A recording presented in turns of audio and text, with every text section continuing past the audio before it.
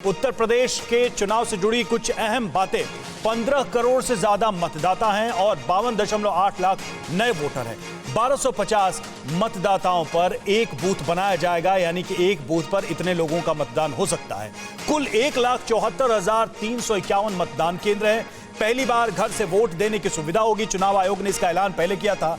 80 plus यानी कि 80 से ज्यादा उम्र के बुजुर्ग, दिव्यांग, कोविड मरीज घर से ही वोट कर पाएंगे। तो ये तमाम चीजें इस बार शामिल की जाएंगी चुनाव में। उत्तर प्रदेश को लेकर तो हम बात कर ही रहे हैं, लेकिन कुछ स्टैंडर्ड जो प्रोटोकॉल्स हैं वो सारे राज्यों में जहां जहां चुनाव है वहां फॉलो किए जाएंगे। हमारे साथ हमारे सहयोगी भी जुड़े हुए हैं। एक बार मोहित के पास चलते हैं। मोहित, जब चुनाव का ऐलान होगा, तारीखों का ऐलान होगा जिसका हमें इंतजार है और कुछ घंटों के बाद वो प्रेस कॉन्फ्रेंस होगी, उसके साथ ही आचार संहिता लागू हो जाएगी, तो कहीं ना कहीं अब जो राज्यों पर जिम्मेदारियां बनती थी कि एडमिनिस्ट्रेशन और कोरोना को देखते हुए जो व्यवस्थाएं करनी है, जो अरेंजमेंट्स करने हैं, उसका अब कंट्रोल चुनाव आयोग के पास आ जाएगा। तो अब एक तरीके से हम कह सकते हैं कि जो इनकम्बेंट गवर्नमेंट है उसके पास एक एक्सक्यूज होगा चीजों को कहने के लिए कि चुनाव आयोग जैसा कहेगा हम वैसा कर रहे हैं, क्योंकि अभी तक सरकारों पर जरूर आरोप लग रहे थे कि आप मैनेज नहीं कर रहे। ये बिल्कुल देखिए पूरी तरह से बाउंड हैं पॉलिटिकल पार्टीज़, और इलेक्शन कमीशन की जो टीम है वो चंडीगढ़ आई थी, पंजाब का दौरा किया, पंजाब के तमाम जो आला अधिकारी हैं उनसे मुलाकात की, और उसके बाद कई ऐसे पुलिस अफसर थे जिनके तबादले किए गए, क्योंकि जो लंबे वक्त से एक पोजीशन पर बैठे हुए थे उनको हटाया गया, चेंज किया गया, कुछ बदलाव बताए गए राज्य सरकार को करने के लिए, जो कि काफ़ी कुछ राज्य सरकार ने कर भी लिया है।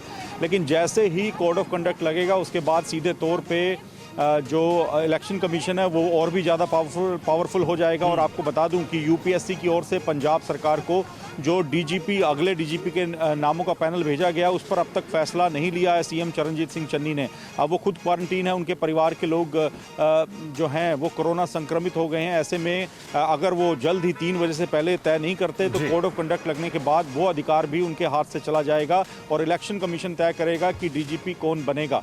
तो कई ऐसी बातें हैं जो इलेक्शन कमीशन ही को ही तय करनी है, और माना जा रहा है कि कोड ऑफ कंडक्ट लगने के बाद ही जो पूरा का पूरा जो आप देख रहे हैं पंजाब का राजनीतिक माहौल जो चल रहा है, जिस तरह से प्रधानमंत्री के काफिले में सुरक्षा सेंध का मामला चल रहा है, वो तमाम जो घटनाक्रम है उसमें भी इलेक्शन कमीशन का सीधे तौर पे हम देख सकते हैं कि असर दिखेगा। और जो भी जांच चल रही है वो फिर इलेक्शन कमीशन भी उसमें देखेगा कि किस तरह से चीज़ें आगे बढ़ रही हैं। तो अब देखना होगा कि क्या डीजीपी के नाम का ऐलान 3 बजे से पहले ही पंजाब सरकार कर लेती है, नहीं तो कोड ऑफ कंडक्ट लगने के बाद डीजीपी कौन होगा इस पर पेच फंस सकता है, और इलेक्शन कमीशन की रजामंदी के बाद ही नाम तय होगा। जी बिल्कुल, अहम बात आपने बताई। मनीष भी लगातार हमारे साथ बने हुए। मनीष, जैसा कि हम सभी बात कर रहे हैं कि कोड ऑफ कंडक्ट लगने के बाद चुनाव आयोग काफी पावरफुल हो जाएगा, लेकिन अगर राजनीतिक दृष्टिकोण से देखें तो उत्तर प्रदेश के चुनाव इस बार काफी अहम है, काफी क्लोज फाइट है।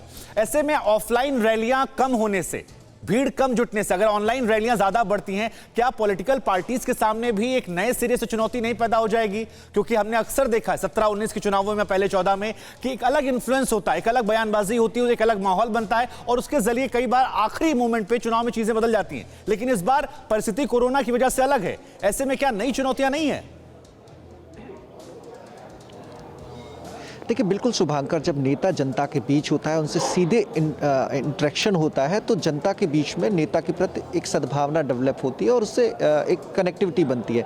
लेकिन इस बार वर्चुअल माध्यम का चुनाव देखने को मिल रहा है। उत्तर प्रदेश के लिए एक नई बात है, क्योंकि कोविड के पीरियड में पंचायत चुनाव हुए थे, लेकिन वो छोटे स्तर का चुनाव माना जाता है, स्थानीय स्तर का चुनाव माना जाता है, उसमें बड़े नेताओं का दखल बहुत कम होता है। लेकिन ये बड़ा चुनाव है, विधानसभा चुनाव है और बड़ी आबादी वाला प्रदेश है, तो ऐसे में नेताओं का जो सीधे जनता तक संवाद होता है वो पहली होगा कि चुनावों के दौरान नहीं हो पाएगा, जैसे कि संभावना बन रही है। तो ऐसे में नेताओं के सामने चुनौती है कि अपनी बात उस जनता तक पहुंचाना, जो अपना एजेंडा है, जो अपना रोड मैप है, जो जनता के हित की बात है, तो वो अब वर्चुअल माध्यम के जरिए जोड़ने की कोशिश होगी। लेकिन आज भी उत्तर प्रदेश में बहुत बड़ी आबादी ऐसी है, बहुत बड़ा तबका ऐसा है जिसके हाथों में फ़ोन नहीं है, जो वर्चुअल माध्यम से अगर नेता अपनी बात कहेगा तो वो नीचे उस स्तर तक, उसके पास तक नहीं पहुंचेगी।